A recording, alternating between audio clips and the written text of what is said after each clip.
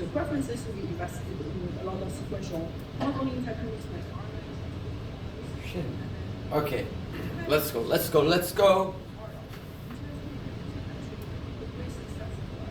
This one.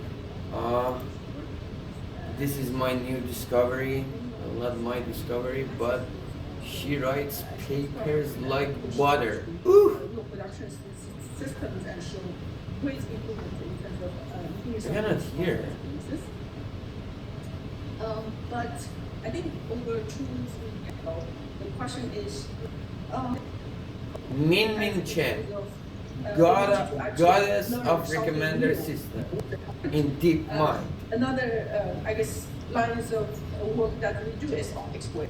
I cannot hear. Which is not LLM based, but part of it is, which I think the organizer was really interested about. But hopefully the inter part is also interesting to you. So actually, both of these projects are part of Moonshot that we started within Google, which is called Alliance, and for assisting lifelong user journeys. And thanks to many of the collaborators here who has really enabled this kind of work. So first, a little bit of history, I guess. History matters. We want to see where we started and where we are going. What was talking about. So traditional recommender models start with optimizing for medium user responses such as click, but over the years we definitely see systems are evolving towards going for more and more long-term user experiences. So the question in terms of how do we capture what is the good, like long-term user experience is still, I think, beyond soft. But we've seen that people started to rely more on, for example, surveys, which you try to ask users how much they have enjoyed their experience on the platform rather than just purely rely on what they have done so far. And then another further along that, I guess many systems are looking at, for example, user retention, such as daily active users, as a way to measure how happy the user are in the long run, right? Because if the user keeps coming back to the platform, then it says something about the experience on the platform is not that bad. So, but definitely optimizing for long user experience is hard because each individual recommendation has a very small impact on the overall state of the user. So the state evolves very slowly. So as a result, planning a whole sequence of actions so we have to actually lead to that's very the good interesting thing. Is once you search something, the recommender system cannot be ignorant with it. It should give you related content. We had the dream that we will actually build and they want to keep user. Okay, the thing is that if you have a user, like you can provide content, maybe like porn, right?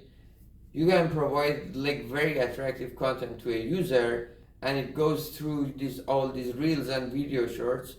But if he spends like 2 hours, 3 hours, and then next time he says that these videos are so addictive, I rather not go watch them again.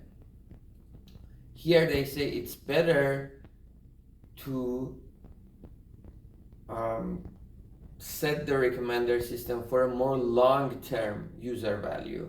So user maybe spends 15 minutes, but later in the day shows up again. Later in the day shows up again. You know, it's intensity is not as high, but it is lower, but the time period that you spend on it, it's less addictive in short term, but in long term, you want to see them more. And in total, the volume increases. Really optimized for this long-term user experience. So at that time, we thought, well, try to understand how the user dynamics are in these platforms, and then planning according to our understanding. Then we could basically achieve these optimizing for long-term user experience. So as a result, to capture the dynamic user preferences, we invested in a lot of sequential modeling techniques like RNN transformer models. And then for the planning piece, we invested basically in RL which has been producing actually a great success for us. You can see many of our published work in these areas, and many of these advances was also experimented and pushed into real production systems and show great improvement in terms of improving some of these long-term experiences. But I think over 2-3 years ago, we have also starting to hit, I think, a wall in going just these directions. So our hypothesis is that even though these models system models and plans individual user item interaction without higher level. Users can interact with the system for hundreds of times per day. We need intermediate goalposts to enable long horizons. Those are trying to go beyond short-term user engagement optimization. They are trying to plan sequence of actions. Just because these new models are still operating at this very much individual user item level, that without a better, a more abstract or high-level understanding of the users, it definitely limits our planning horizon. One could imagine, like for example, with these days, as these, the contents are getting shorter and shorter. Each day, a user can leave hundreds of interactions on a platform. And if we would wanted to optimize how they enjoy the experience in a month, that means we need to plan like thousands of interactions in order to really optimize for that. And that's super, super hard for any algorithm to be able to do that. So as a result, what we figure is we basically need some of these intermediate goalposts so that we can move in the right direction to really enable this long horizon planning. So to fulfill that or to test that hypothesis, there are two high-level objects that we identified, which are essentially intents and journeys. So what we hypothesize is that on recommendation platforms, what the underlying user intentions and journeys are largely drive their choices and behaviors on these platforms. So as a result, it is hard to optimize the long-term user experience for the users if we don't know what the underlying user intent or the journeys are. So that's why I started having. Maybe it's actually good to have multiple YouTubes or like multiple Chrome accounts, because they are not doing a pretty good job. Every time I want to go learn something, there is like videos which are funny, entertaining, and I just forget why I went to YouTube at the first place, and just a lot of waste of time.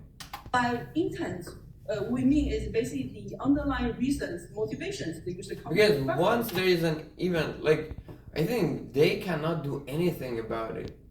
Once you wanna go watch a video, like whatever, but as long as there is a funny content next to it, I always check it. I don't know. They can come to get entertainment, or they can come to explore, to seek information, or to learn.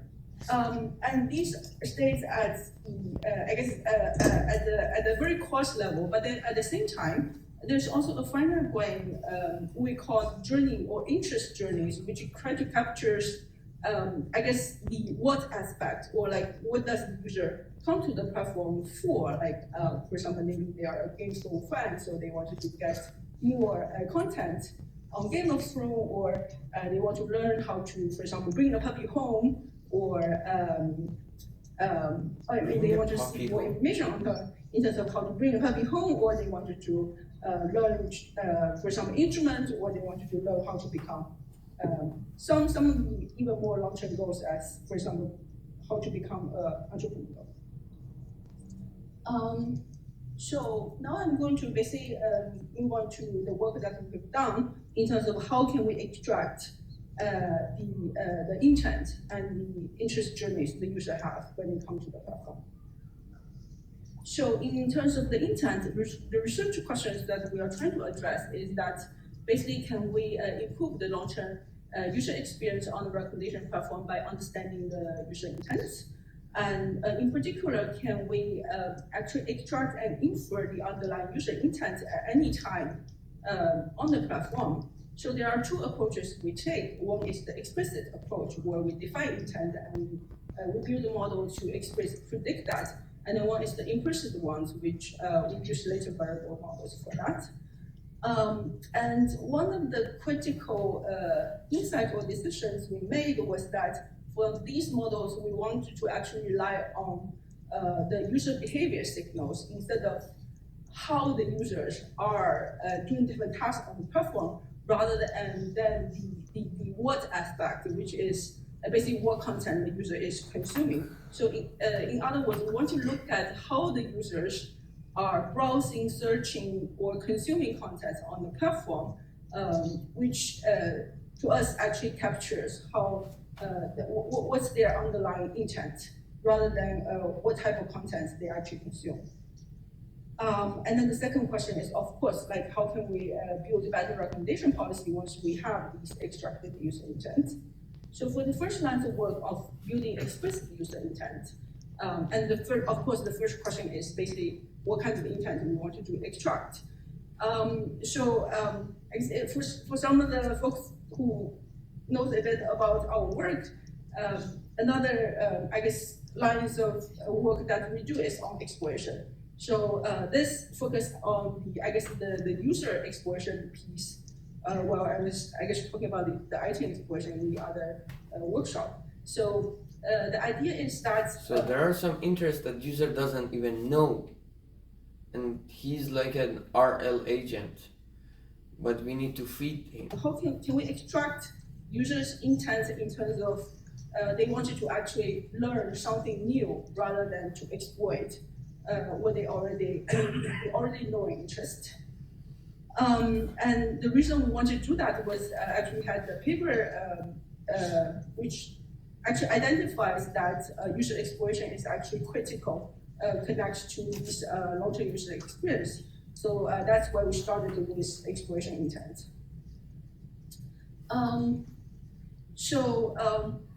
Well, I think it's actually like on the model side, it's not that different from many of the model recommendation models we have, but then it also, it does come with a lot of, like uncertainty or challenges. For example, first, the user, when they come to the platform, they don't usually tell us like what their underlying intents are. So then in some sense, there's no clear definitions of what the good labels are. And then there's actually very little work in terms of how, what kind of features or what kind of users or like what kind of user behaviors are actually indicative of what kind of intent they have on the line. And then there's also the different time horizon we can handle this. So as the first attempt, we basically build these exploration intent model, which is a query level model. So this only concerns the user features. It does not have anything to do with the items. So it looked at some of the user behavior data in terms of, as I said, how they were performing different tasks on the platform. And then the label is to predict whether or not actually the user consumed a novel item on the platform, where a novel either is defined as something that's from a new content providers or a different topic at the end of the topic they have consumed in the past. So then once we have this exploration intent, or like once we have an intent prediction model, the question is now how do we actually incorporate that into our recommendation policy? So I guess one of the very important challenge in recommendations is actually to come up with a whole page recommendations, right? So in this intent-based whole page recommendation work, so what we're trying to do is basically we want to make sure the different intents the user have, we want to make sure they are well represented in the items we recommend to the user. And we wanted to make sure that the predictions we have in terms of the different user propensity to the different intents are well reflected in the item that we have in the whole page. So how we do that is basically we start with the prior prediction of prior belief in terms of what the user intents are on the platform. And then as we pack the items on the page, we basically go through all the potential candidates, and then we start with a greedy packing that basically chose the item which can most fulfill all the possible intent the user have based on our prior beliefs in terms of what the intent distributions are. And then once we pack the first item, so as we pack the second item, I think as what Lukash was talking about, if we assume that the user will go to the second item because the first item is not fulfilling their intent. So as a result, we first need to basically update our prior belief on the user intent based on this now negative interaction, which is telling us that the first item we chose, which fulfill this exploration intent, is actually not useful to the user. So as a result, we update our belief on the user intent, and then now we choose the second item. Remote presentation. So this goes on until we pack the full page. And we run experiments on, I guess, on the platform where we compare a control model, which is the original whole page optimization policy without the intent-based treatment, and then the treatment, which has this intent-based treatment. And then the matrix we look at is the user retention, because to us, it captured much longer term user experience than some of the other metrics. And we can definitely see this treatment was helpful in terms of increasing data active users. Oh, they do the A/B test experiment in a live stream serving billion.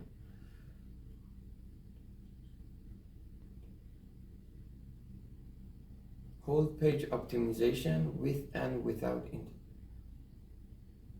Ah, okay. Sometimes without intent mean exploration, right? Data active users. So actually for I think who has been driving most of this work is actually here. So she's actually very much interested in terms of understanding, I guess how, what's been driving the user behavior on the platform, and how do we reason about the model that's making this prediction, I guess connected to some of the questions on interpretability that someone has asked before. So she actually did a lot of analysis trying to understand what kind of behaviors is actually predictive of this exploration intent.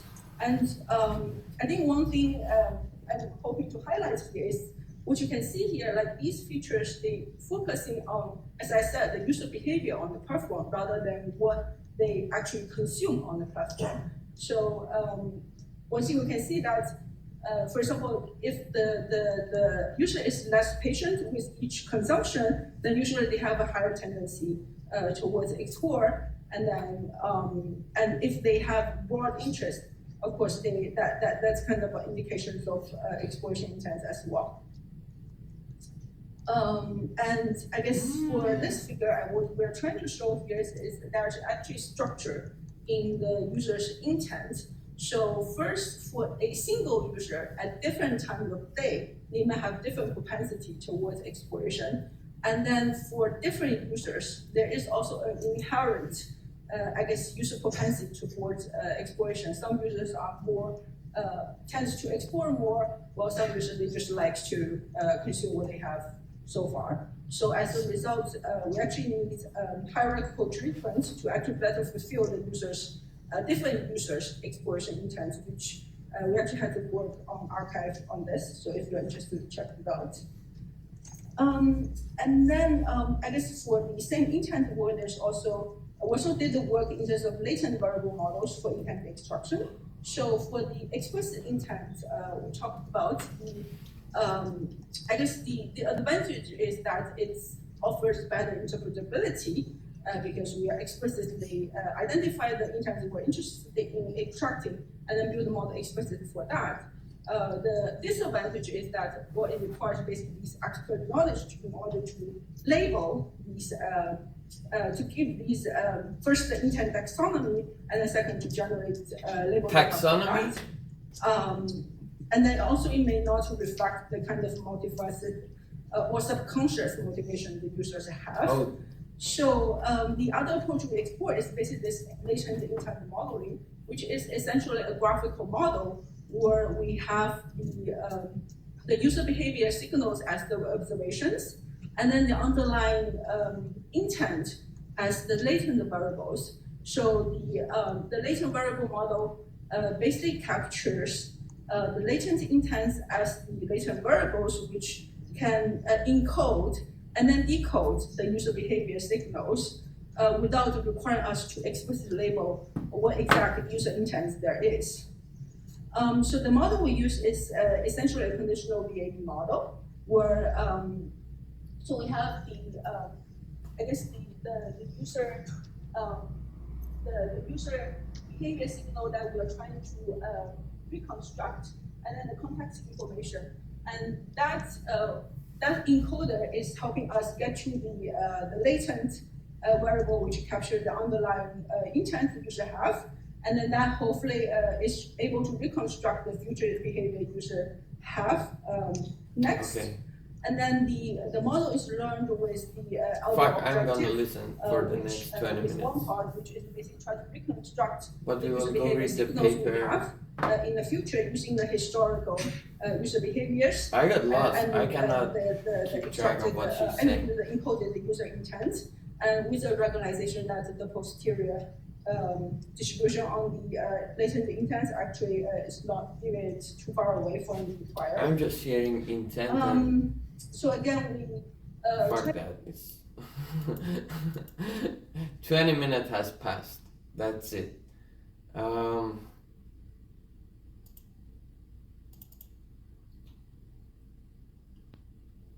Let's go find her paper.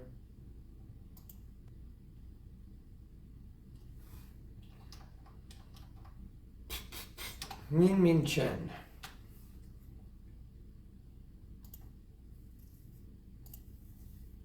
So, computer scientist, principal research scientist at Google DeepMind. That's the level of research we are doing. And I wanna look at good citation, by the way. Good job. Benchmarking and natural language, diversifying intent in recommender system.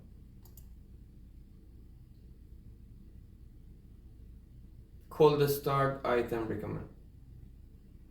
Dude, she's a good source. Like, we got to know some people from recommender system in eBay, Amazon, and now Google. I'm really happy.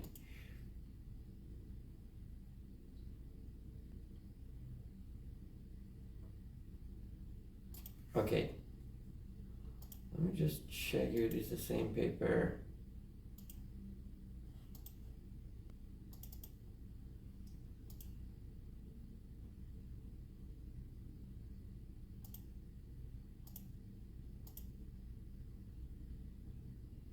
So diversifying intent by recommender system. That's what we want to do.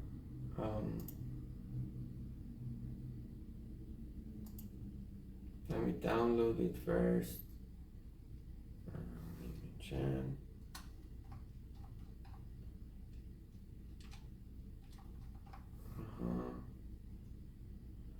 My thesis in my papers.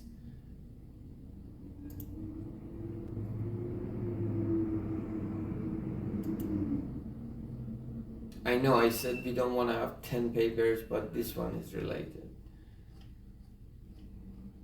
I promise you, I will be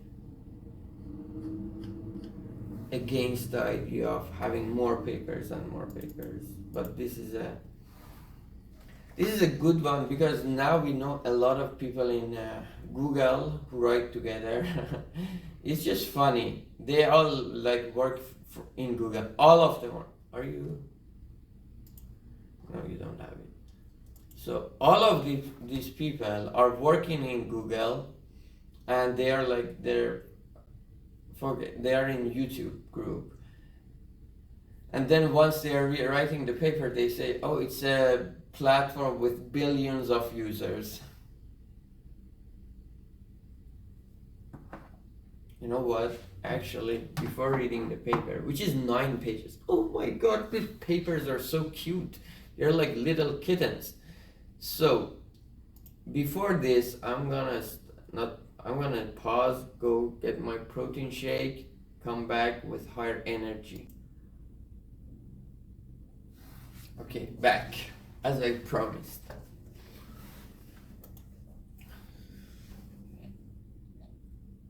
Diversifying by intent in recommender systems.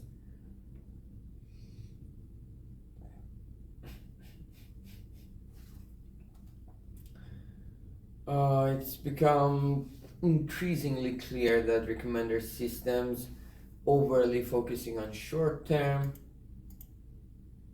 How did it become increasingly clear? And now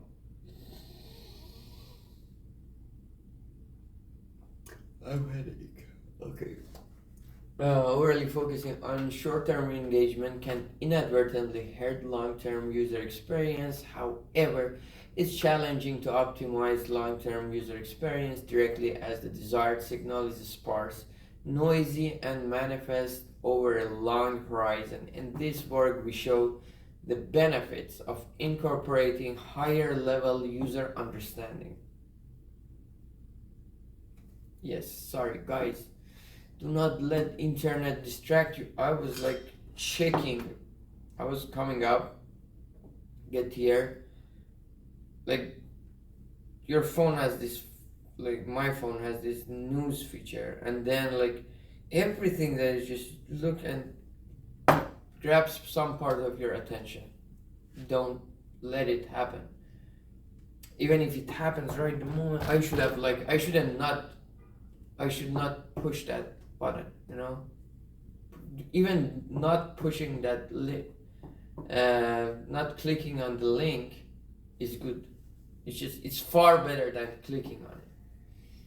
Challenging to optimize, because these motherfuckers, they design everything to grab your attention. You need to know that they're gaming your mind. However, it is challenging to optimize long-term user experience inadvertently. Signal in sparse, noisy, and manifest over a long horizon. In this work, we show the benefits of incorporating higher-level user understanding. Of course, specific. If you ask me, dude, give it to me. Give the control of my recommender system to myself.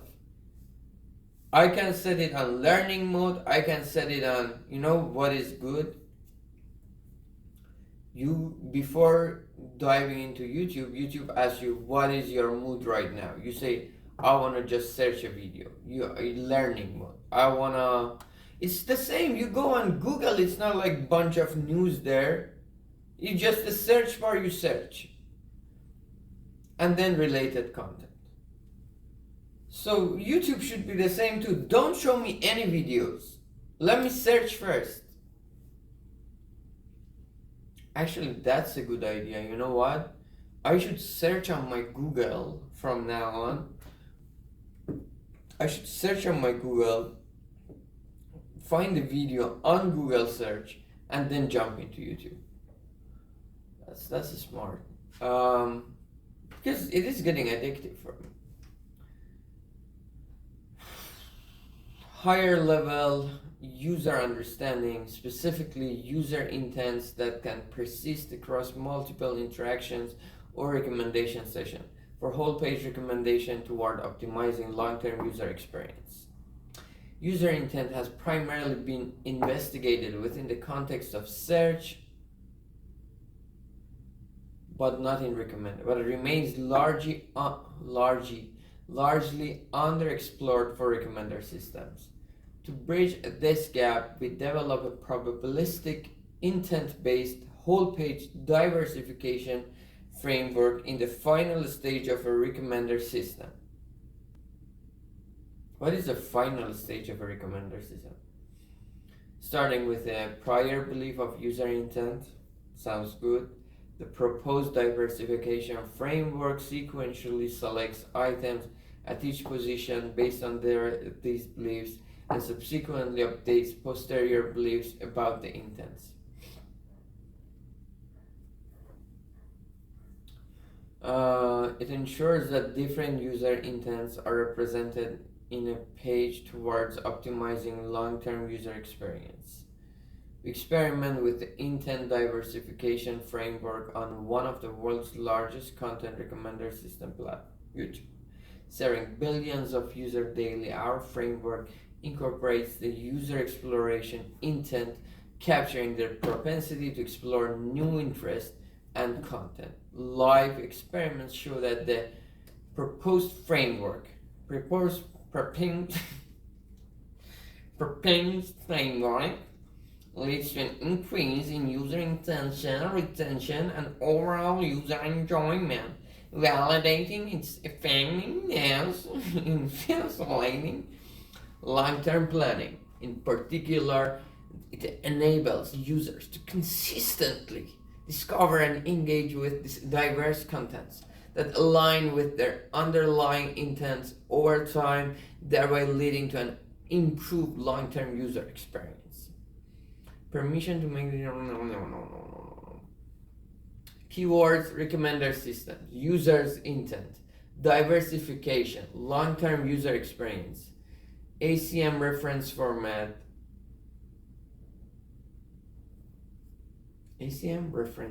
okay. Introduction. Recommender systems, one of the biggest successes of big data and machine learning in industry applications, have become an integral part of the user experience on online platforms. What year is it, by the way? 2024. That's good. Okay. We are dealing with papers who are hot, right? Just right off the oven, have become an integral part of the user experience on online platform. Traditional recommender systems that focus on optimizing users' immediate response, such as clicks, likes, and dwell times in the current session, have gained tremendously fantastic success over the years, setting the foundation for personalization. However, it has become increasingly clear that focusing on optimizing short-term engagement can inadvertently lead to undesirable outcomes and hurt long-term user experience. For example, recommender system that optimize click-through rate, CTR. That is for search, right? May end up recommending clickbait contents. That is true. Wow. That are of bad quality. They can also lead to pigeonholing effects. What is pigeonholing effect? That prevent users from exploring new interests. Like exploits one area, resulting in a bad long-term user experience. Recognizing the drawbacks of short-term focused recommender systems, research on recommender systems has been shifted towards improving beyond short-term engagement in order to optimize long-term user experience on the platform. Optimizing long-term user experience can we also shape users' intent? That is something I really love to know in a recommender system.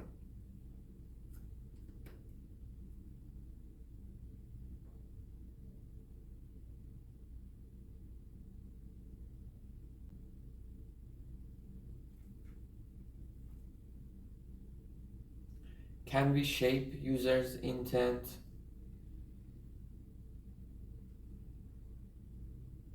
Or taste on a recommender system? That's a nice information design work. That's fucked up, however. I don't know. Or not fucked up because they chose it. Can we brainwash people using recommender system?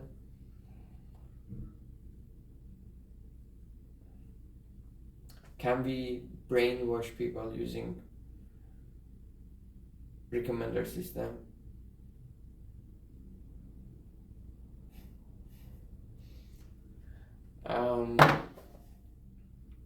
However, it has become increasingly clear that focusing on optimizing short-term engagement can inadvertently lead to undesirable outcomes and hurt long-term user experience. For example, recommender systems that optimize click-through rates may end up recommending clickbait content that are of bad quality.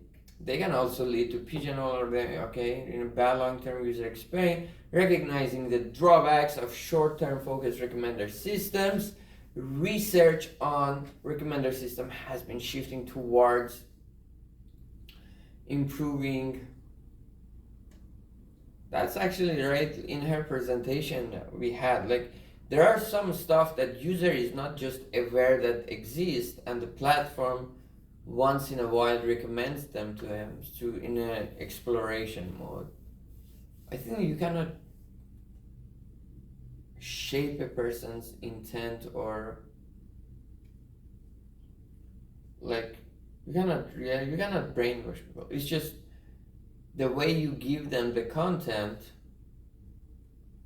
Maybe for kids, I don't know, maybe for kids, but yeah, I don't know. Just the way you give them the content may help them find the new things that they didn't know they exist and they are interested in.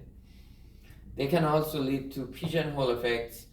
Anyways, I think if it can happen, people should know about it. It's good to have a paper that says, okay, these recommender systems have the ability to fuck your mind up, brainwash you. It's not just waste of your time. So, first of all, we learn and we have a lot of fun on them, but it is to the point that it's getting addictive for me, for example.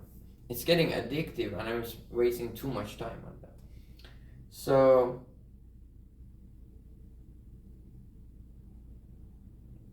for me, I think benefits and disadvantages are pretty level.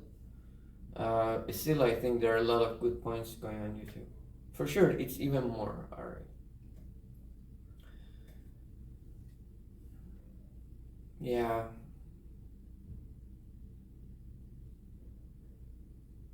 Exactly. For the platform, it's good to make you. Platform wants you to be there all the time. That's what they really like. That prevents users from exploring new interests, resulting in a bad long-term user experience. Recognizing the drawbacks of short-term focused recommender systems. Research on recommender has been shifting towards improving beyond short-term engagement. But it is something we have to study. And people need to know if this, like watching YouTube, can change their mindset. Well, it can change. Then they are the ones who can decide, yeah, I want to change my mindset, or they are aware of this way. To optimize long-term user experience on platform. Optimizing long-term user experience through recommender systems is challenging, though, as desired long-term outcome is usually sparse, noisy, and manifests over a long time horizon. To tackle this challenge, so the problem is that it is long-term outcome is usually sparse and noisy, and it takes long time to understand the results of it. To tackle this challenge, advanced sequence modeling techniques such as transformers and reinforcement learning have been leveraged in recommender systems to account for longer consumption history and plan several steps ahead. These approaches mostly still rely on modeling individual user item interaction. So this is one, we have user and we have item. This is what like the Netflix problem was. But now user has an intent, like a third dimension.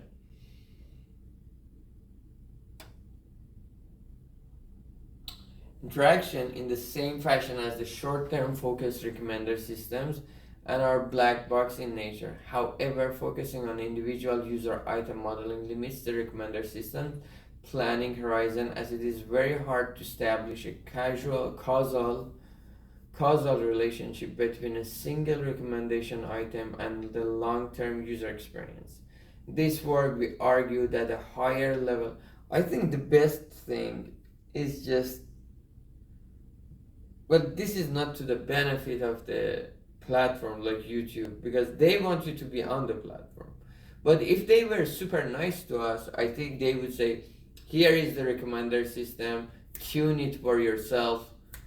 And honestly, it's better to pay some subscription for that and pay some stuff instead of getting this unrelated content. You can say, I want the exploration mode. You can say, I want to just learn something. I don't want to get distracted. We should have an app like that, actually. The thing is that the problem is that this kind of app are not does not make sense for the app owner platform. They can make more money by deviating from consumers' interest.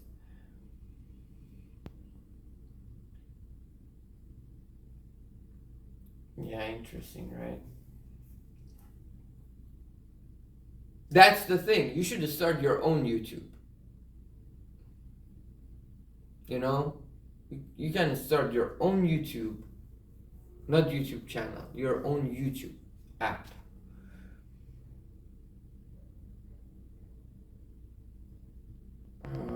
Okay, I'm talking too much. Let's read this paper fast. The key observation that motivates our proposed framework is that user behavior on the online platform are largely driven by their underlying intents. The intent captured the latent cause or purpose driving a specific decision or action from them, such as making a purchase or consuming a particular item on the platform. Intents can vary not only across different users but also within the same user over the time. Perfect. For example, on a video recommendation platform, users with a learning intent, yes, learning intent may look for videos that help them acquire knowledge, information, or skills.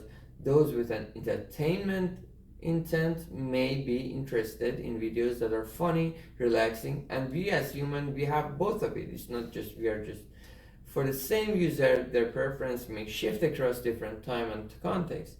They might exhibit a learning intent on weekday mornings and an entertainment intent during weekend evenings. And fucked up thing is that showing your entertainment content at the time I want learning content or getaway trips. In addition, the most relevant content under the same intent can still vary across users or for the same user across different time and context. For example, a user with a learning intent might be interested in learning yoga in the morning. Ooh, that's right. That's right. You can learn different things. So, okay, we are talking about like we get distracted, waste a lot of time, but these platforms are also on our side. They have a lot of problems too. How should they know that what the fuck I want? They are doing their best, kind of. Well, sometimes not. Sometimes they just target keeping you in the app. But sometimes they just don't know what to show you. And they're nice, they just, okay, I may suggest him these contents and he likes it.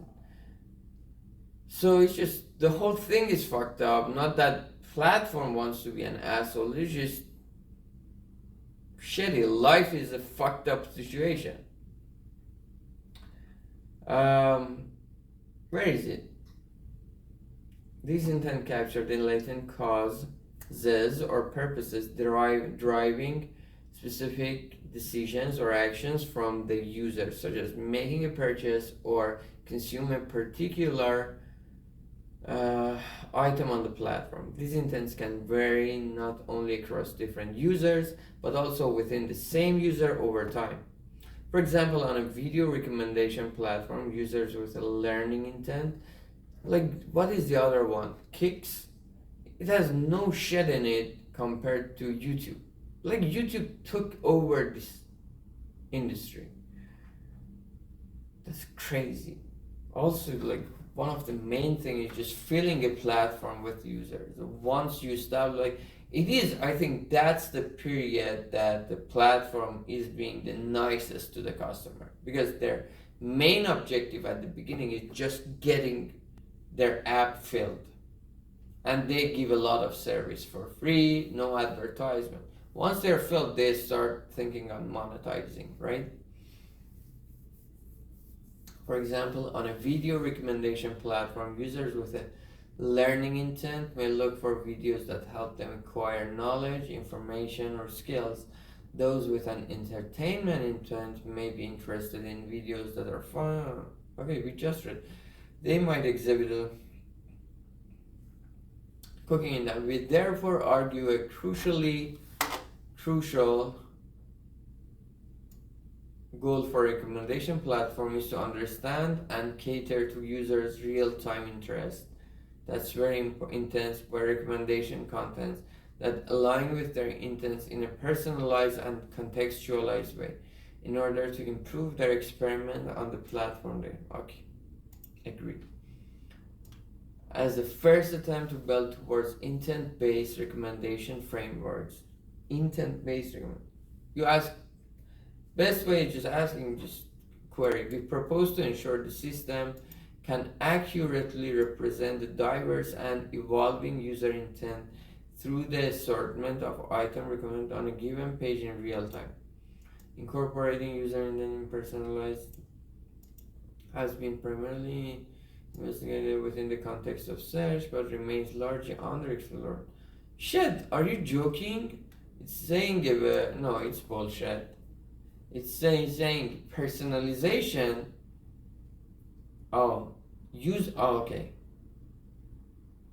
So, not personalization in recommender system, because personalization in recommender system definitely has been studied. It's just what it is studied. But incorporating the user's intent in the personalization hasn't been studied. While an explicit user query can be mapped to a user intent search, it is often missing in recommendation context, making it harder to identify the user intents. And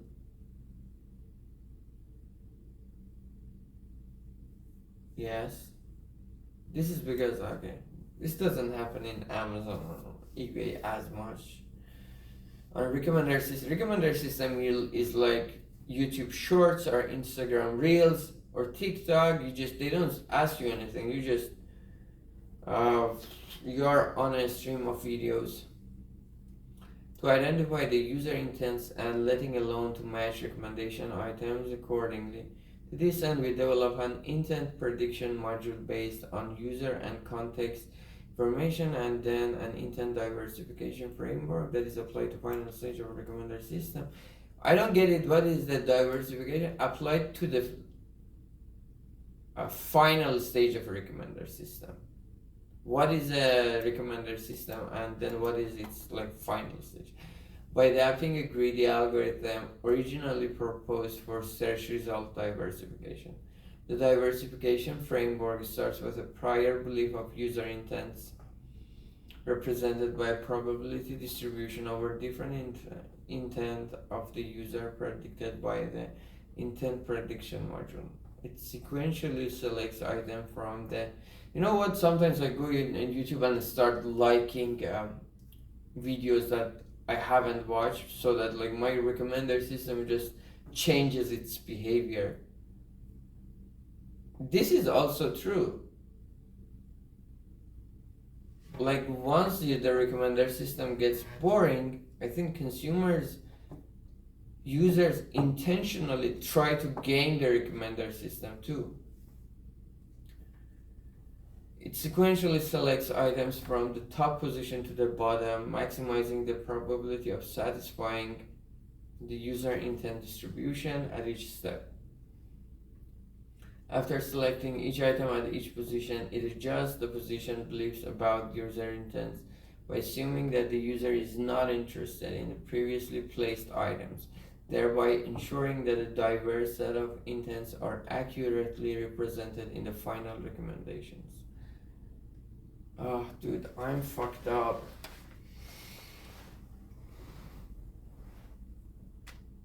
Ah, shoot.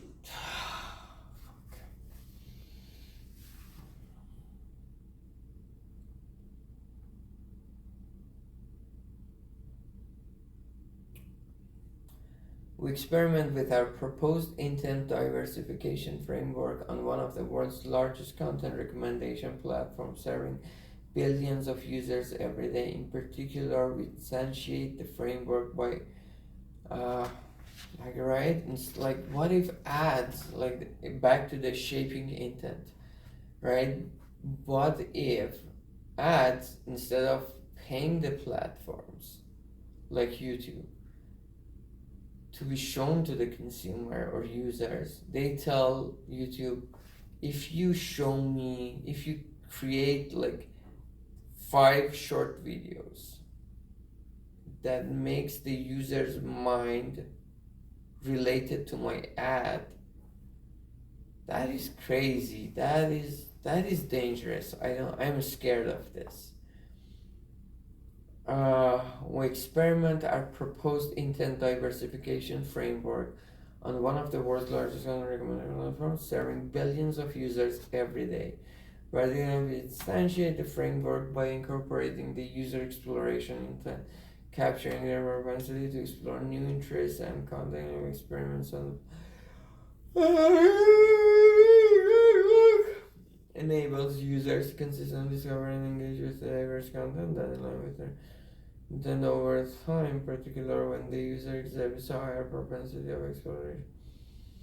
Recommends more novel content that aligns with their preference compared to user with lower propensity. Our framework leads to an increase in user daily active user. So DAU, daily active users. What was DU? Department of validating its effectiveness in optimizing long-term user experience. All right, perfect. Related work. Let's go over related work too. Guys, I want to read it faster. I don't want to spend so much time.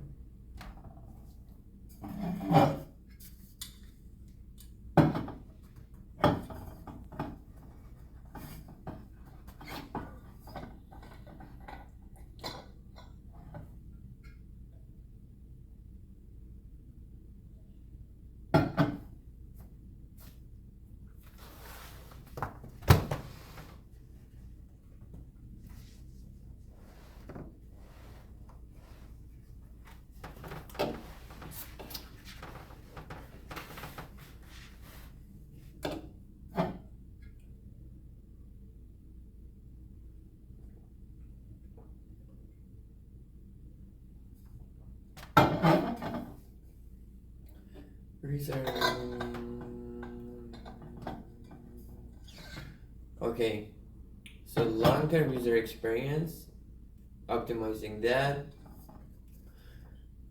3 main categories. The first category focuses on leveraging advanced sequence modeling technique.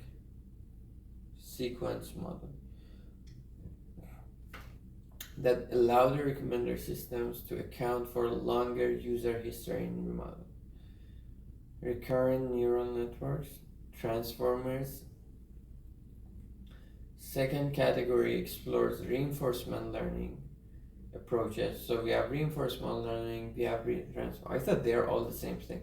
And then several steps ahead. The third category for designing surrogate objectives that are predictive of the long-term outcome by easier to. What does surrogate mean?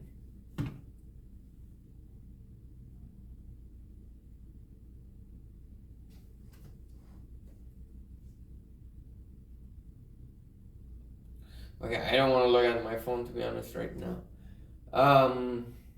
Surrogate. Just look at the surrogate. Nothing else. Whatever else, surrogate. I wanna know the meaning of surrogate. That's it. Substitute special person deputizing for another surrogate teacher, like relating to the birth of a child or children by means of surrogacy. Substitute proxy. Alright. These approaches still rely on modeling individual user-item interaction in the same fashion as the short-term focused recommender systems by predicting the next item that will be consumed based on a sequence of past items that the user has interacted with. However, it is an intrinsically challenging problem to establish a causal relationship between a single recommender. Dude, by the way, these recommender systems are amazing tools for us to understand human beings' behavior. I believe, like, there's no doubt there are new stuff to learn for us on how human beings learn and like act, that we never had this access to this kind of data before.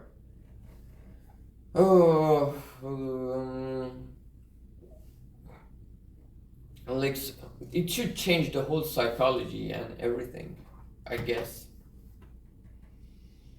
Because a single long-term user experience as the desired outcome is usually sparse and actually manifests over a long horizon. As a result, existing techniques are inherently constrained by their item level nature, which limits their planning horizon. In this work, we show that it is beneficial to go beyond item level modeling and incorporate a higher level understanding of the user in the ML model in order to achieve long-term user intent modeling and application.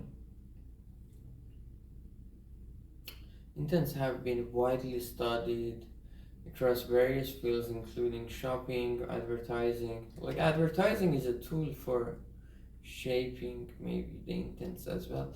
Online platforms, even online platform, employment and public health. Psychological theories propose that variables intents are dynamic and subject to influence, right? So we know that people's intents can change and be influenced. If we know those tools, are these apps doing it? Making real-time modeling necessary to accurately capture and respond to these dynamics intent. User intent modeling has been largely explored within the search context. Broader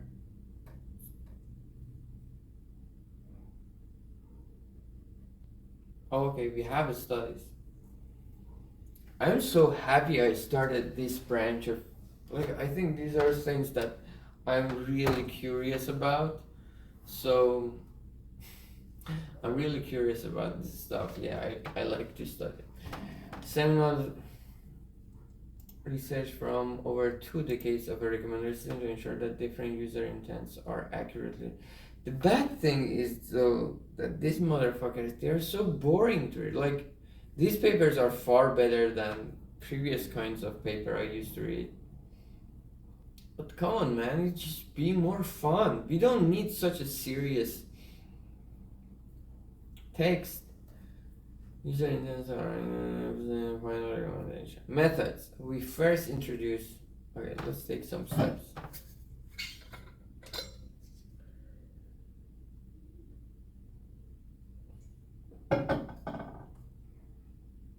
By the way, like and comment below if you think for me it is 11:11, 12:34. I think at these times I always look at my camera or look at something happens. There is always a change at this time moment. Sometimes I think it's just my body got an internal clock, it's muscle memory or something. Sometimes it happens so much that I think it's like conspiracy theory. They set the world clock to stay on 12:34 for longer. So comment below, what is the time that you look at the phone the most? That's really interesting.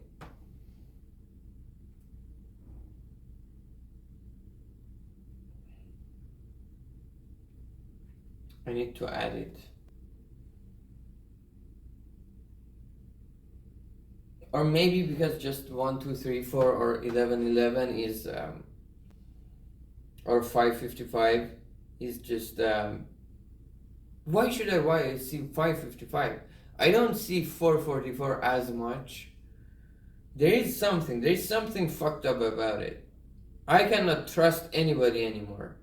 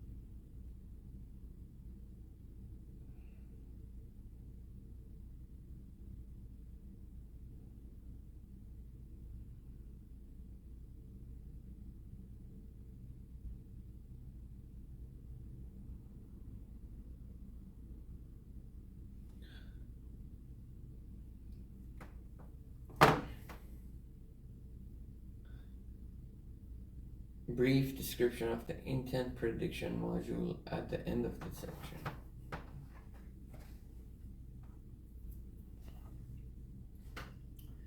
Notations and definitions.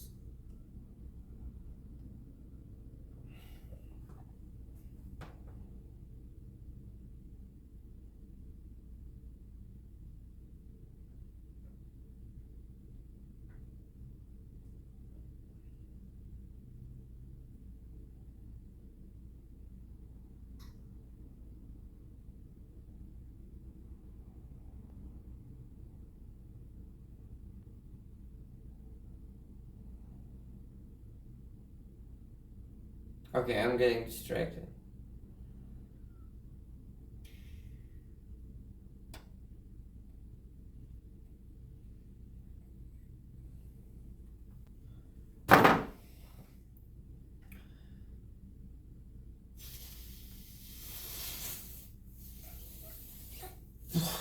Okay. We begin by introducing the component of the intent diversification framework, which is applied to the set of recommendation items selected by the machine and ranking stages. We use I to okay, this is real shit. Intent diversification framework. Brief description of the intent prediction module at the end of intent prediction module. So we have intent diversification framework and description intent prediction module.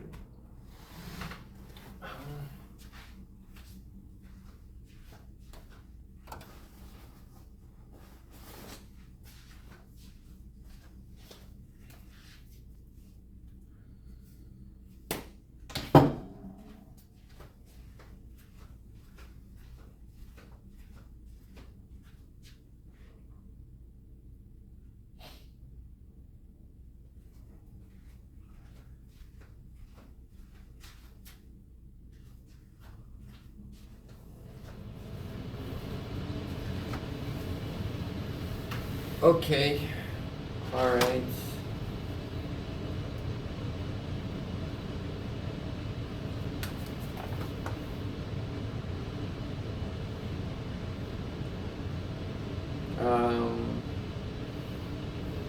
So let's go. By introducing the component of intent diversification framework, which is applied to the set of components, intent diversification framework. So we have a framework for intent diversification, and this intent diversification has components. All right. The set of recommendation items selected by nomination and ranking stages. Now we also have a lot of recommendation to do, and then we want to apply this intent to that. I think the best way for a person is just to have multiple accounts. honestly, you must have multiple accounts for different types of activity that you are interested in. That makes their job easier too. They are dumb that they don't offer you this framework that you choose what you want to see. But do that. It is good for you. For me, you don't waste a lot of money because you want to be 100% focused. Once you're doing something, you want to be 100% focused, and it is something that you do regularly, right? You better have made it right. If it is one-time thing, just doesn't matter. But if it is something you do regularly, like you watch videos about, I don't know, fighting, then you watch videos about animals, have different YouTube accounts. You don't want to watch a kickboxing video in the middle of lion cubs playing. Anyways, I'm talking too much.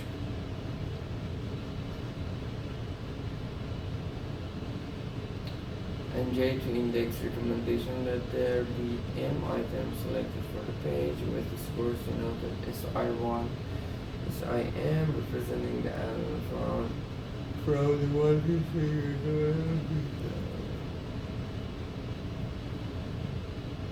M items. I is for the users. Yeah, I have to write because we are getting into notation. So we have I for users, and then J to the recommendation items. J for items. Actually, makes more sense if you say I for the items and U for these. Let there be M items selected for the page with the scores denoted by SI1 and SIM. Okay, M is the total number of items.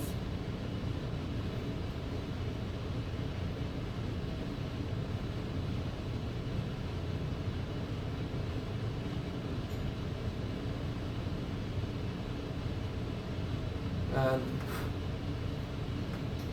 M is the total, so J is in, for example, 1 to M, and SI1 to SIJ and SIM. For each item, we have the scores for each item J, and user I, we have a matrix SIJ, which is the score of, for example, relatability, whatever. And for unit scores denoted in, representing the output from the multi-stage recommender system. Okay, so it's not like we are choosing between these M items. It's just we wanna, as an output of the recommender system, we wanna show the user M objects, and we are choosing the order. Is it this? To introduce users' dynamic intent into diversification, we denote the space of intent as a we, with we represent the specific intent within the space. So we in we, what it's interesting is the intent space, which can be query, which cannot be specific intent within this space. PRVI, probability of having intent V for user I. You know, the prior belief of user I is a propensity to have intent V for the current page. This is so belief. So the prior belief for user I to have intent V, which could be derived from the output of a classification model trained on past users' behavior. Let's QJI. So J, what was J? J was item and I was user. For user I, if it is a probability, what are the odds that he likes product J. Let QJI represent the value function of item J for user I. Okay, so user has this intent V, but at the end of the day, he has to choose between these products or contents, which are indexed by J, and each of these J brings some value. We can say, oh, maybe there is a correlation between J and V and it's related. Value function for item J for user I, value function.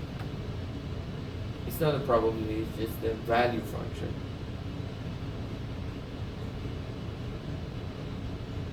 But they showed it in a probability.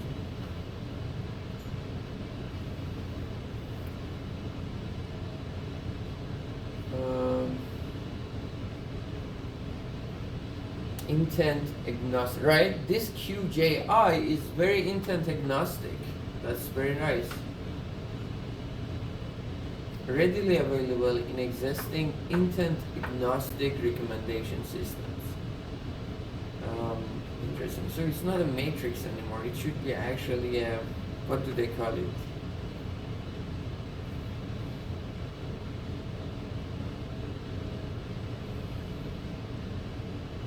Three-dimensional array, whatever. We adopt a probabilistic definition of QJI where it does the probability that user I enjoys item J. Okay, so it's probability. And this probabilistic definition is chosen so that it complements 1 minus QJI he doesn't like. The probability that the user I does not enjoy item J. As we will see shortly, this formulation facilitates the development of a probabilistic framework for diversification and is also widely adopted approach within search context. Actually, that was what one thing Spotify showed me the other time. He said like, oh, you like to listen to this kind of music in the morning and the other kind in the evening. To diversify based on user intents, we also need an intent conditioned value function. Intent. Exactly. So we need this three-dimensional thing. So once the user I have intent V, what is the value that product J is bringing for them? I enjoys item J when given that the search is by Bayes' theorem, the intent condition value function can be written as that's it. So QJIV equals what are the odds that you lie for user, what is the value product J brings for user I times probability of user, the intent is V for user I. Okay, so like this probability, we have it in our history. Like user I previously chose item J. Once they're like, now we say, okay, once they chose, user I chose item J, what are the odds? What was the odds that his intent was V? So probability of V given I over probability of V for user I. So what is this probability in general? Probability in general is that what is the probability of choosing product content J once your intent is V for user I.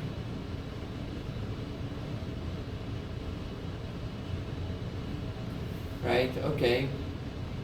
The second term in the numerator represents the probability that V given the consumption of term J. Intuitively, this value depends on whether item J aligns with the user's intent V, denoted as V in VJ. Oh shit, we have VJ. So V was the sort of all intents. V in Vj is all the intents that product J can be related to, right? The definition of intent, the user would not consume an item that is not aligned with their intents. If item J does not align with intent V, probability of yes. If it's not there, not the probability of your intent being V once you choose J is 0. On the other hand, what about Q of J? When user's intent is I, V is also 0, right? Yeah. On the other hand, item J aligns with item V, then the item interpretation equals the page level intent. From QJIV. Oh, it says 1.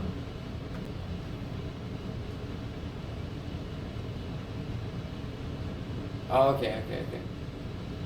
So it says if V and J, the intent V and the product J are related, QJIV is QJ given I.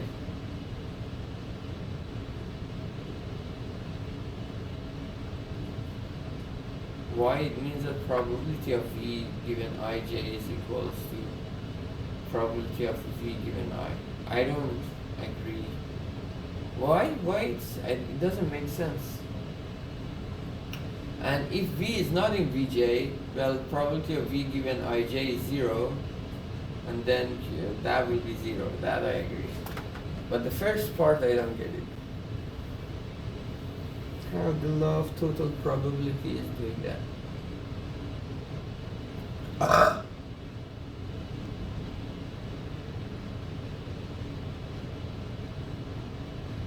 Okay, let's read this paragraph and then I will go. Second term in the numerator represents probability a user I has intent V given the consumption of item J. Intuitively, this value depends on whether item J aligns with the user's intent V as V in Vj. By definition of intent, the user would not consume an item J. That makes sense. Well, that is not the thing actually. That is by definition of intent. I don't agree. A lot of time I go on YouTube and I want to look for something, but you show me something else and it just changes my mind. So I don't know, but okay, they are saying what their definition of intent is. So if you choose product J, it means that your intent was V, like for J. Will not consume an item that is not aligned with their intents. Consequently, this is so wrong. Human beings most of the time do things that they are not aligned with their intents. At least, especially now that you're talking about long-term intents. A lot of time I do things that are against my long-term goals. Item J does not align with intent V. That is 0. On the other hand, if item J aligns with V, then the item J may also align with other products. I don't get this part actually. With other intents, right? Let's go. Like your intent is, like for example, if item J is camera, photography, right? Your intent may be learning about cameras and photography, or you want to learn about modeling, or you want to know about the price of that. So I don't agree with that. Page level intent. I don't agree. This part I don't agree. On the other hand, if item J aligns with the intent V, then the item level, what is it? Page 3.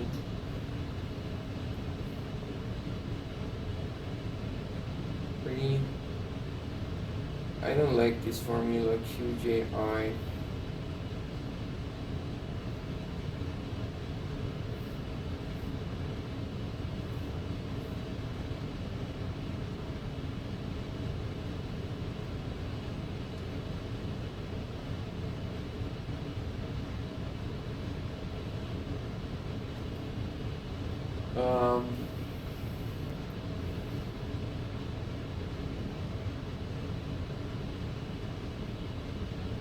Oh, okay. There is an assumption here. Oh, dude. Okay, I have to. Okay, so I didn't see this assumption. That's a big thing. Be back in a second.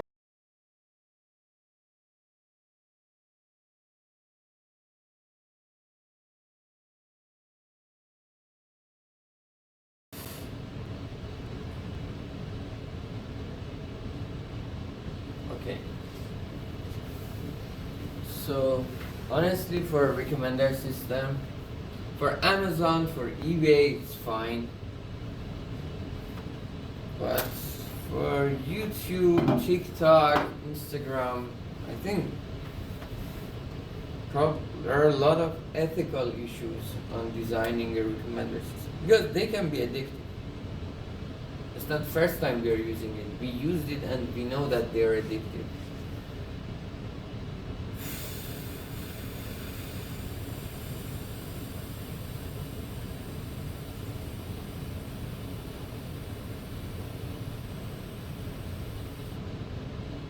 Okay, how is it? Probably IJ and probably they are the same. By assuming a user consumes at most one item in a page, which is true. We have open link in a new tab, but so user uses one item in one page. Let's agree with that. Probably then it says probability is O sum over J.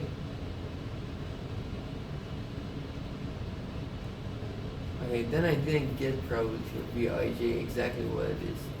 For me, probability of Vij was what is the odds that your intent is V given that your user I and you chose product J.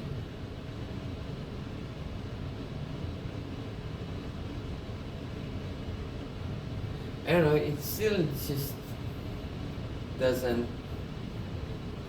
even though I understood this, but it doesn't make sense to me. Intent diversification algorithm.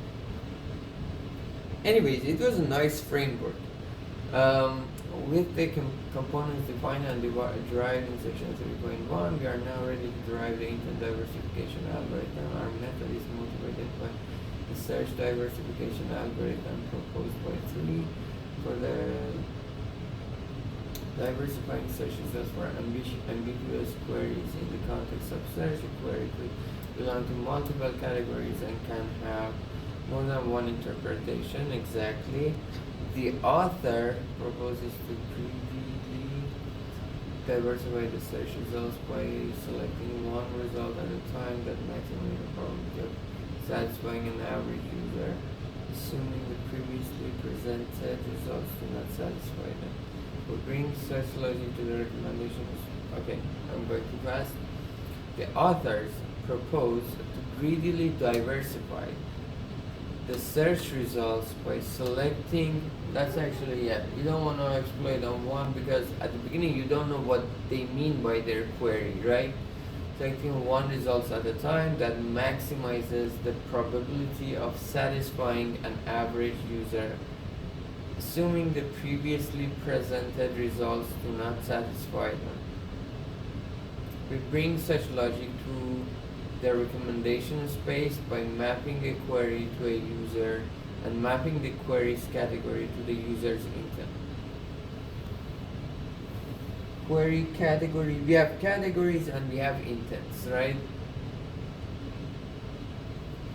Specifically, by law of total expectation, the probability that item J satisfies user I, all the possible intent on a page is equal to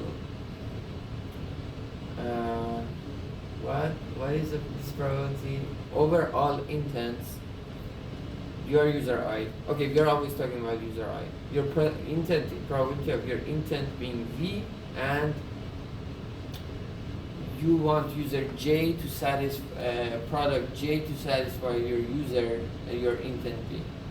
So this is the probability of product J being satisfying for you for user I. In a search diversification framework S3, I agree with that.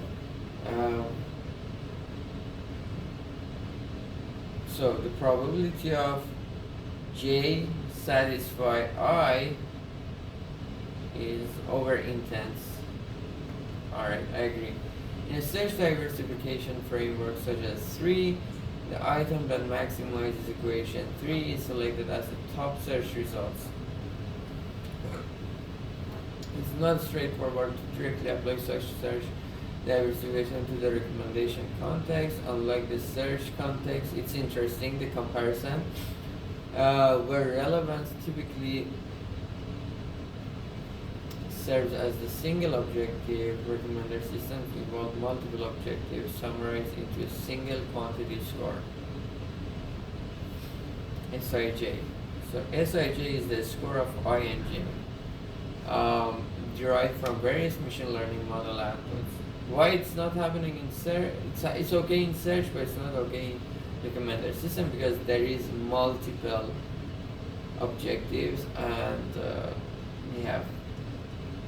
As a result, this score often lacks a probabilistic interpretation. To integrate such non-probabilistic information into a probabilistic framework, we propose multiplying the quality score with a probability intent-based prediction. So we are going to multiply that score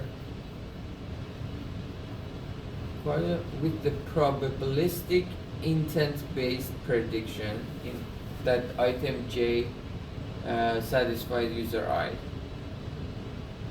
Specifically, at the first step of an intent diversification algorithm, we define the item at the top position J1 as J1 should be argmax of Sij, the score of I and J, times the odds that J satisfies I to the gamma, where gamma is the hyperparameter controlling the strengths of intent diversification component. Alright, we opt for a multiplicative design over an additive one in combining the quality score with the intent-based component. This is we opt for a multiplicative design over an additive one in additive one or an additive one. Okay, so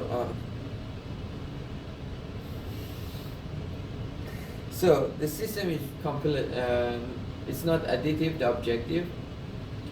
It's not additive, but it's multiplicative. That's what it's saying. Combining the quality score with the intent-based component.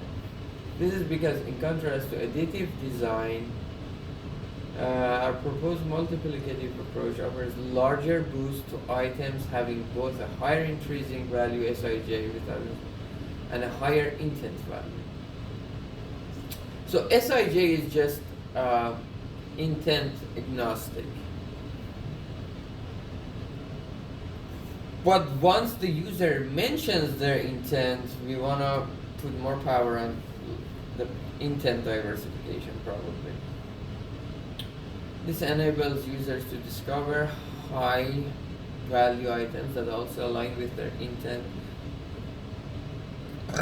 towards achieving an improved long-term experience on the platform. Starting from the second position, the choice of which item to place at each subsequent position is influenced by the items already placed above that position. Imagine a user who examines the top two positions in order to make decision. So they are going very extreme, that user only chooses the first two options, whether to consume either item or quit. The objective of recommender system is to maximize the value from either of the top two items. Intuitively, this implies that deciding what to put at the second position involves a counterfactual consideration that the user is not interested in the first item. Okay, so once you're deciding for the second one, is like, what should we put here given that the user is not interested in the first one?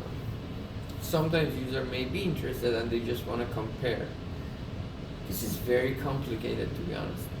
Assuming that the user is not interested in the person. The interesting thing is that all of them works up to a point. Like, we should not get stuck with optimization. As long as the recommender system is good enough, it's good.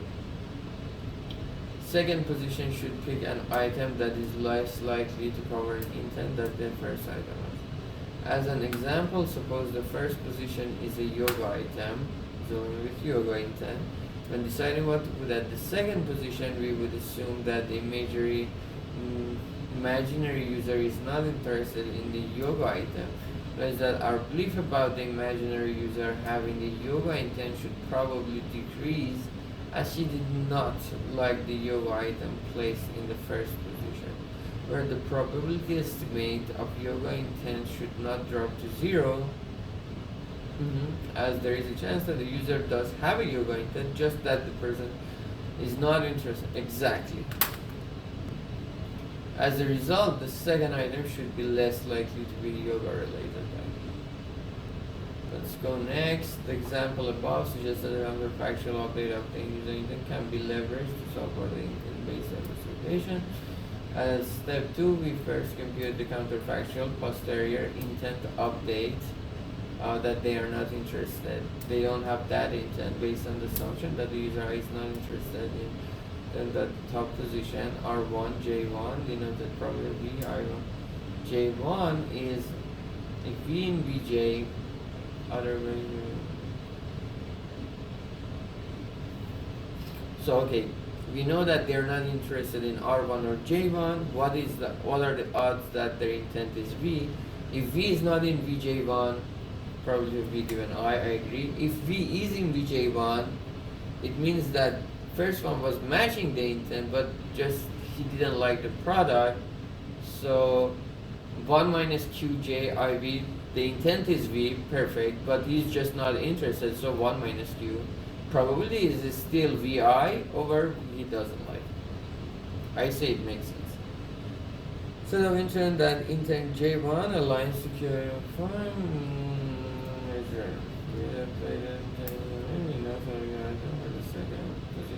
J2. So J2 is argmax, exactly QJIV lambda. Makes sense. I like their model. I like their assumptions. In general, this is very nice. And then building in, I really love, like, you must enjoy working in that team in Google or YouTube. You can see how people react. It's crazy. I love it. We have formulated a greedy algorithm as determining the ranking for position 3 and beyond follows the same exact logic at position M. We select RM minus 1 to maximize the assuming that the user is not interested in pursuing the intent verification algorithm above is detained in algorithm 1 below and algorithm is very large to be selected. And each subset to be added to our formula M. I'm going to use star M. Okay. Final intent diversification recommendation results. Intent diversity, but we didn't change the intent at all. Okay, we are summing over intent. Sorry. Oh fuck yeah. Okay. Interesting. At the beginning we say there's just nothing. Input is the probability of intent for prior belief for intent V for user I. Also, if intent is V and user is I, product J, how satisfying it is. Sij is the agnostic, intent agnostic, product J for user I, and V is in the space of intent. We have M products, gamma is the multiplicative power. Go over to the side. That's nice. This is beautiful, to be honest. I'm not saying this is the best thing, but they have a structure to work with. Having something is better than having nothing. It's super interesting. S1 to M, probability of VIR0 for VIR, M to 1, M, J to in S. What is S? 1 to M, right? And the QJRM is the VRV, QJIV, and MJ are max of this shit. At position this.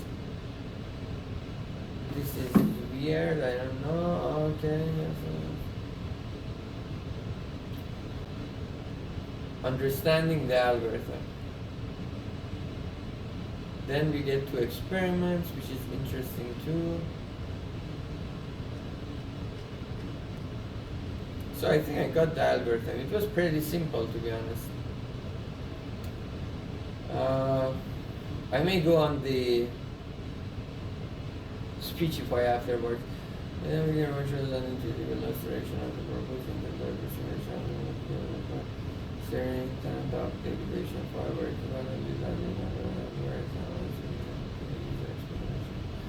with the highest propensity exploration among the 4 in 10.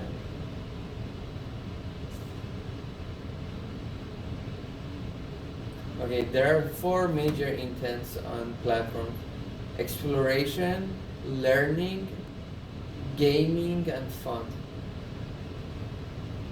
It's likely to run exploratory items of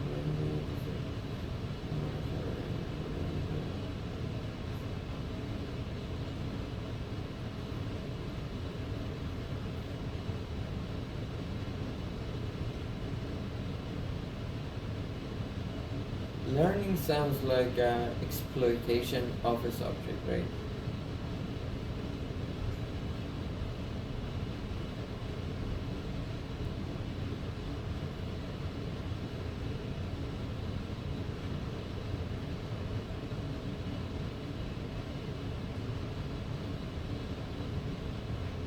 I say have different accounts.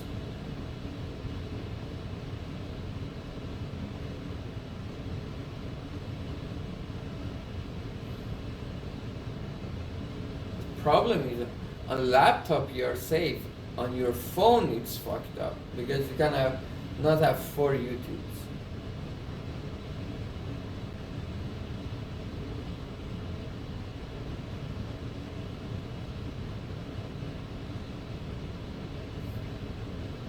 Okay, let me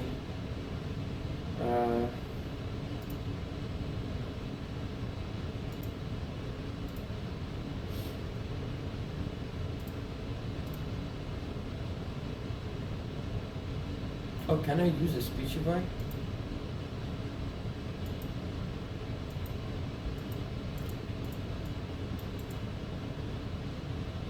I cannot use a Speechify.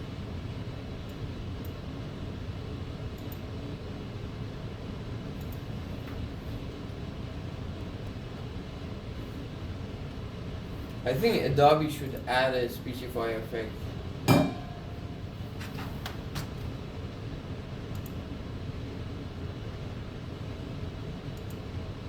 Or any app can buy a Speechify. Honestly, once you have ChatGPT, you are paying for it. You don't need to pay for a Speechify or Grammarly. All of these small tasks can be dealt with ChatGPT.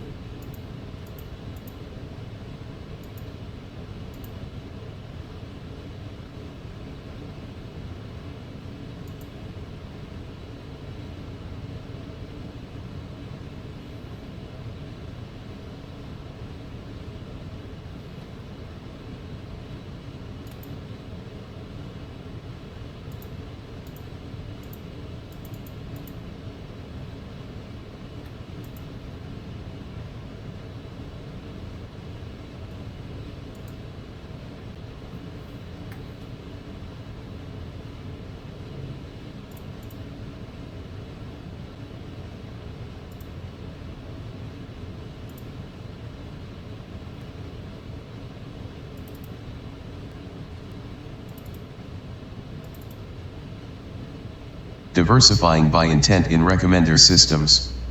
AR 142405.12327V1. CS.IR May 20th, 2024. Yuan UEANW at stanford.edu. 3.3 User Exploration.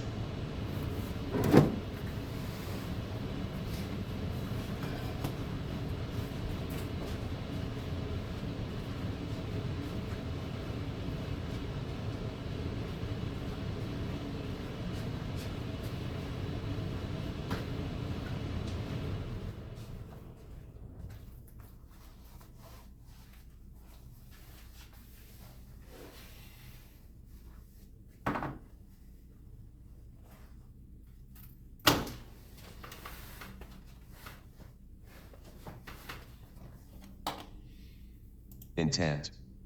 We now instantiate the framework to incorporate user exploration intent. In the recommender system literature, user exploration is defined as identifying unknown user interests or introducing users to new interests, where the latter is also known as serendipity. 21. Chen et al. 14 showed that user exploration and serendipity is tightly connected to long-term user experience on content. That's interesting. Recommender literature. User exploration is defined as identifying unknown user interests or introducing user to new interests. They can be the same thing, it's just matter of perception, right?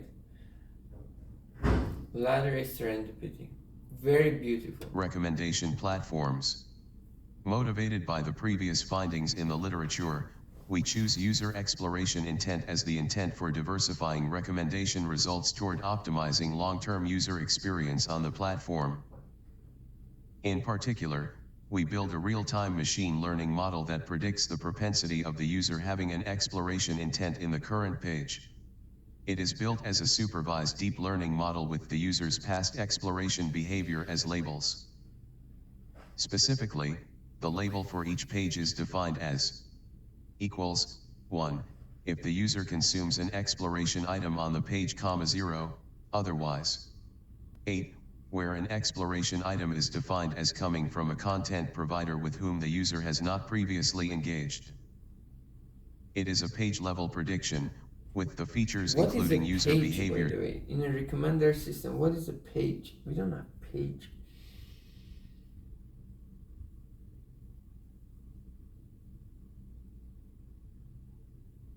So exploring, it's good for long term.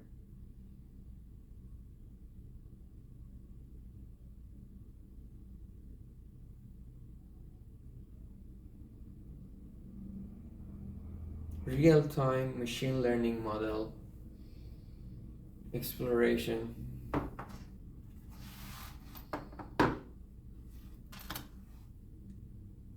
Signals such as past consumption patterns, session-level features such as session length and average completion ratio in the current session, and contextual features such as time of the day and day of the week. We adopt a supervised binary classification model with cross-entropy loss. Figure 2 shows the architecture of the exploration intent model. And you have For human experiments, feedback to it. we conduct experiments on one of the world's largest content recommendation platforms, serving billions of users every day. Similar to many industrial recommendation platforms, the recommender system adopted by the platform for the landing page consists of 3 stages, including candidate generation, multitasking ranking, and whole page optimization. 30, 44, 46. Our intent diversification framework is applied as the last step in the whole page optimization stage, taking the scores from the original multi-stage system as 3. Note that it is not necessarily true that the top selected item is guaranteed to be an item from the intent with highest propensity. Instead, it also depends on the quality of the item according to EQ. 7. Using live A/B testing, we compare the performance of the production recommender system with treatment and without control, our proposed intent diversification framework. 4.1 Live experiment results. Figure 3 summarizes the live experiment metrics. The differences are reported as percentage changes on the metrics of the treatment group with respect to the control. Due to business compliance reasons, the absolute values of the metrics and the x-axis, representing the time horizon of the experiment, have been omitted. The top-line business metric, overall user enjoyment, is a metric combining multiple aspects of user experience in engagement, satisfaction, and content quality, and shows a significant improvement of 0.09%, Fig. 0.38, under the intent diversification treatment. At the same time, daily active users, DAU, is improved by 0.05%, which is also statistically significant, Fig. 0.3b. This is accompanied by the upward 3A and 3B. Live experiment results on the intent diversification framework. Results are reported as percentage change over the control group over the experiment period. Overall user enjoyment and B daily active user. It says it's increased. I don't know. Trend in the improvement in consumption on the landing page, Fig.3c, indicating that the users are increasingly engaging with the platform. What is Furthermore, the exact there is also an upward trend in satisfied users. overall user enjoyment? What is the x-axis? Daily active users, landing page consumption increased, satisfied users increased.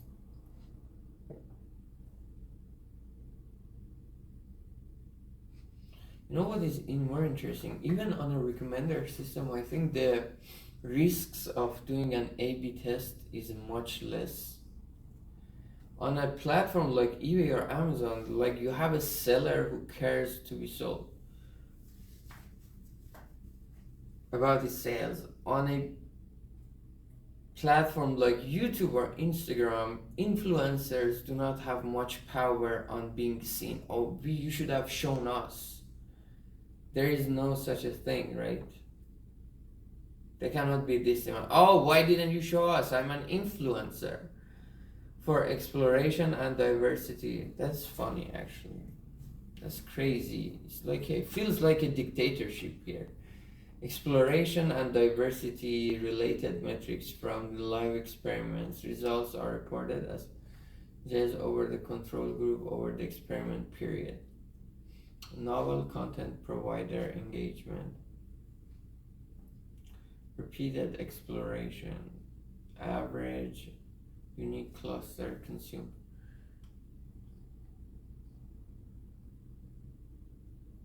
Fig.3d, suggesting that users are not only increasing their engagement with the platform but also expressing higher satisfaction levels.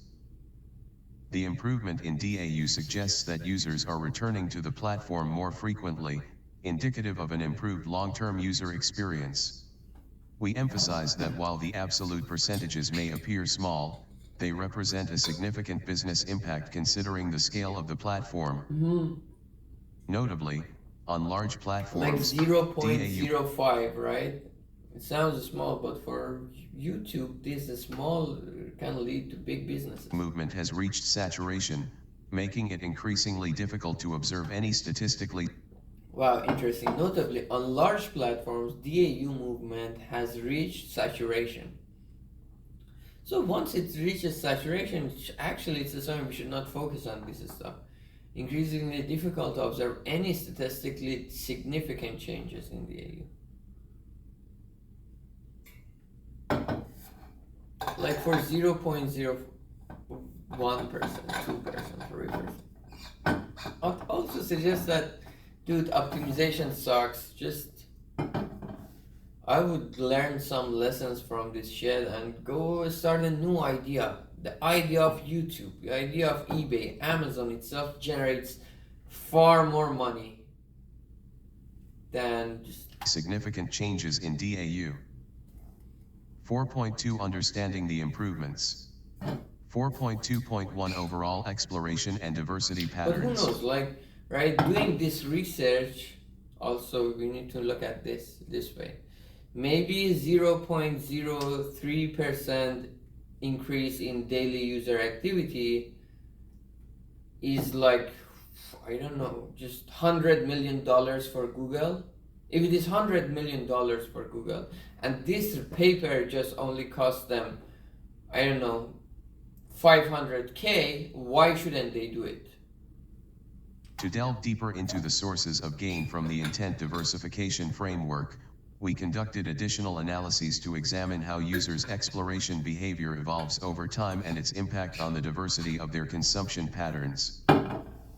Recall that the user exploration intent is defined as the user consuming contents from a provider that they have not engaged with before. By explicitly incorporating it into diversification, we see a significant improvement in user engagement with novel providers, Fig. Point 4a. To check whether these engagements are high-quality engagements, the 4A. What happened to 1 and 2? Alright, novel impressions, novel consumptions, and novel click-through rate.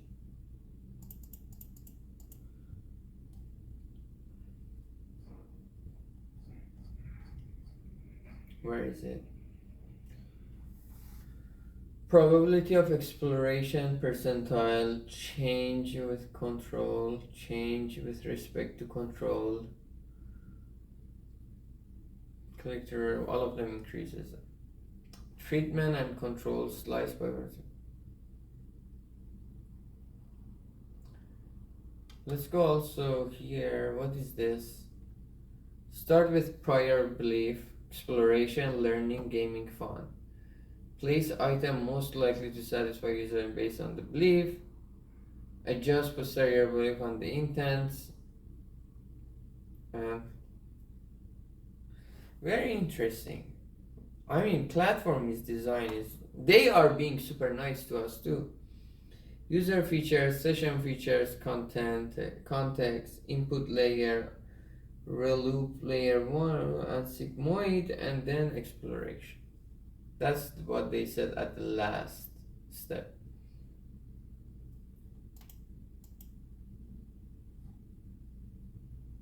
platform also measures repeated exploration, which is defined as the user visiting the same novel provider multiple times. This can be viewed as a measure for high-quality exploration behavior.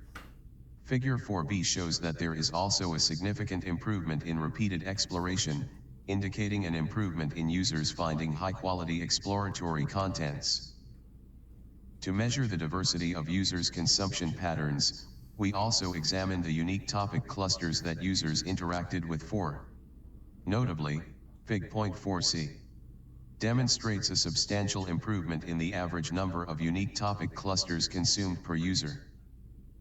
This finding suggests that the intent diversification strategy, by encouraging users to engage with a wider variety of novel content, leads to increased consumption diversity. For these topic clusters, derived from an unsupervised clustering. Importantly, Fig. Point 4 demonstrates a notable upward trend across all three metrics, suggesting increasing improvements in exploration and diversity over time. This trend implies that users are increasingly engaging with a wider set of exploratory and diversified content over their time spent on the platform.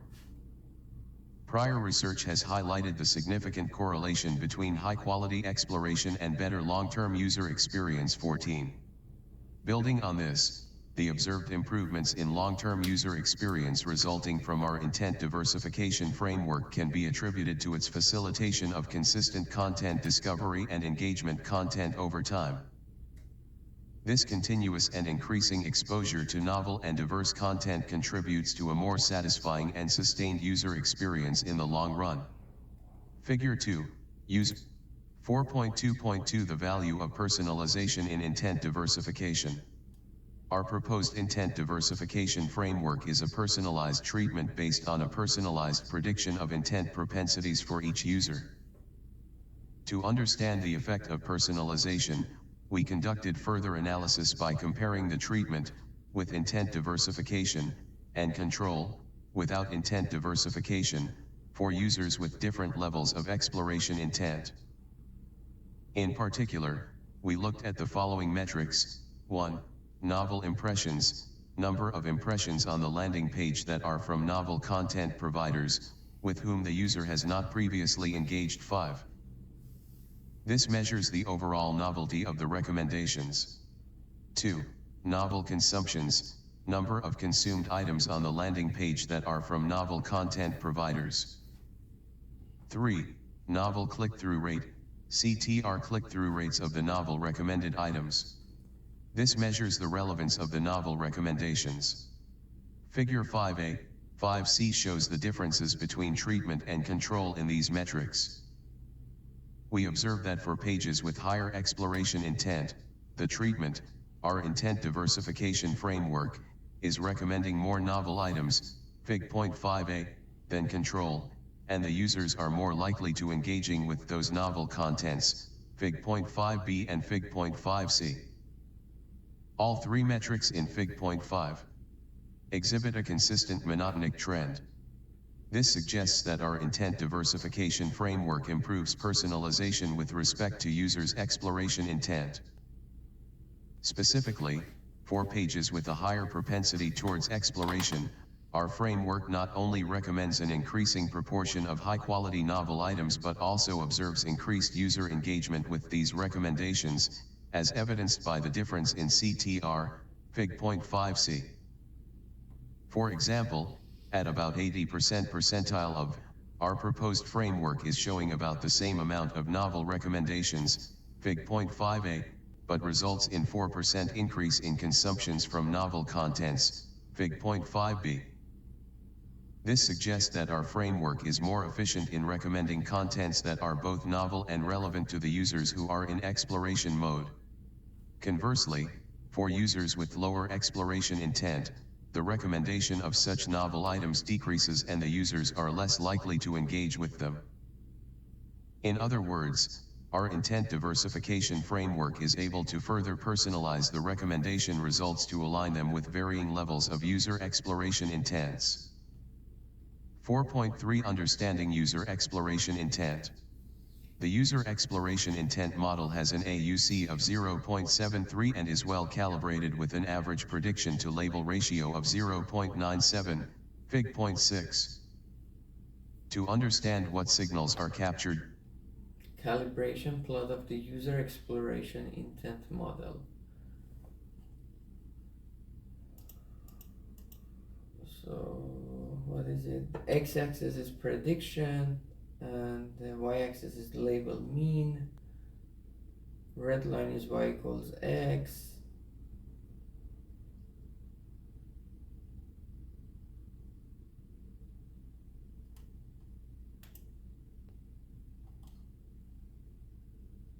By the user exploration intent model, we conducted analysis to study how each feature is correlated with the prediction and ranked by the order of the absolute value of the correlations.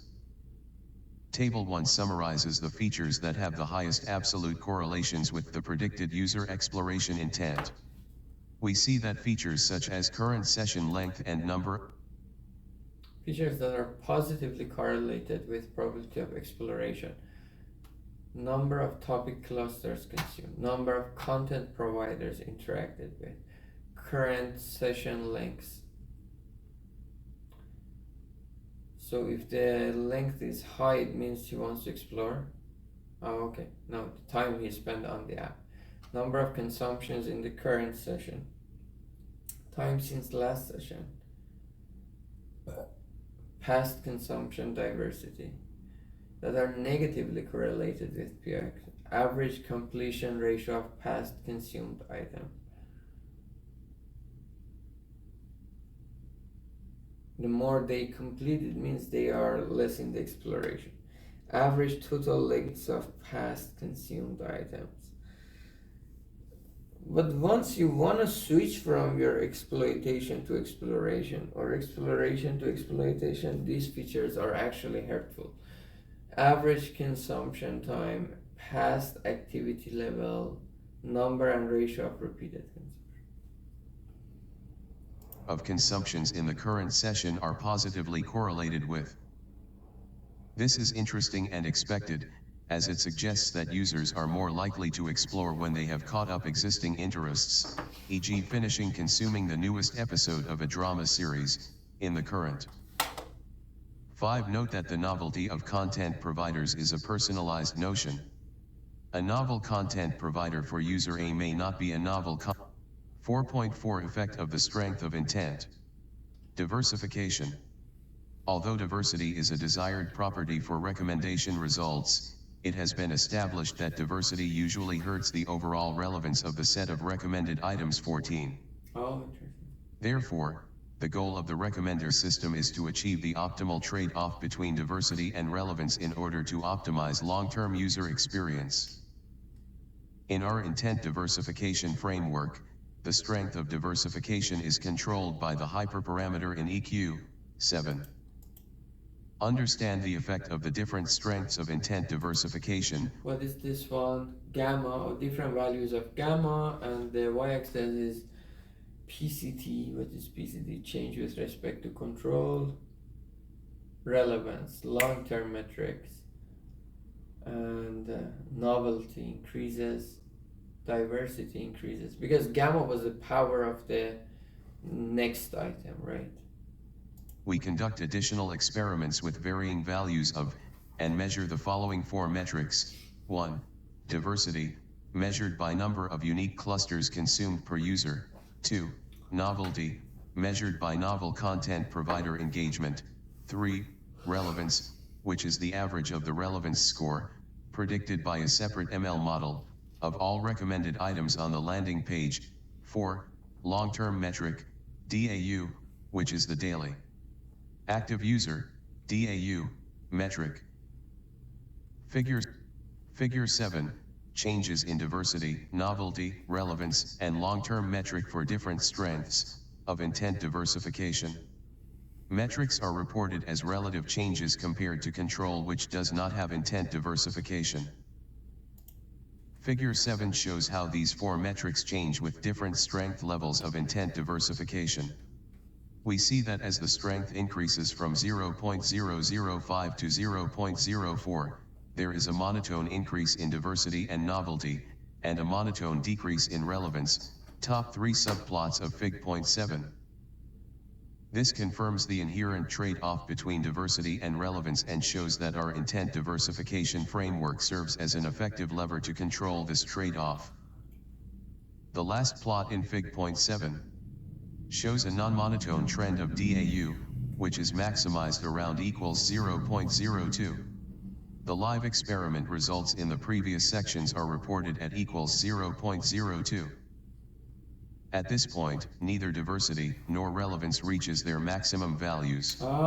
This shows that a delicate balance between diversity and relevance of the recommender systems is necessary in order to optimize long-term outcomes, e.g. DAU, on these platforms. 5. Conclusion. In this work, we propose a framework to diversify recommendation results based on user intents. By adapting an algorithm originally designed for search results diversification, we propose to explicitly incorporate the user's propensities to different intents in the final stage of a recommender system, to ensure that different intents are represented in the recommendations. Through live experiments on one of the world's largest content recommendation platforms, we demonstrate the effectiveness of our proposed framework in assisting users towards their intents and improving their long-term experience on the platform. In particular, when incorporating user exploration intent, we see a significant improvement in long-term metrics such as overall user enjoyment. Alright, guys, I have to say goodbye.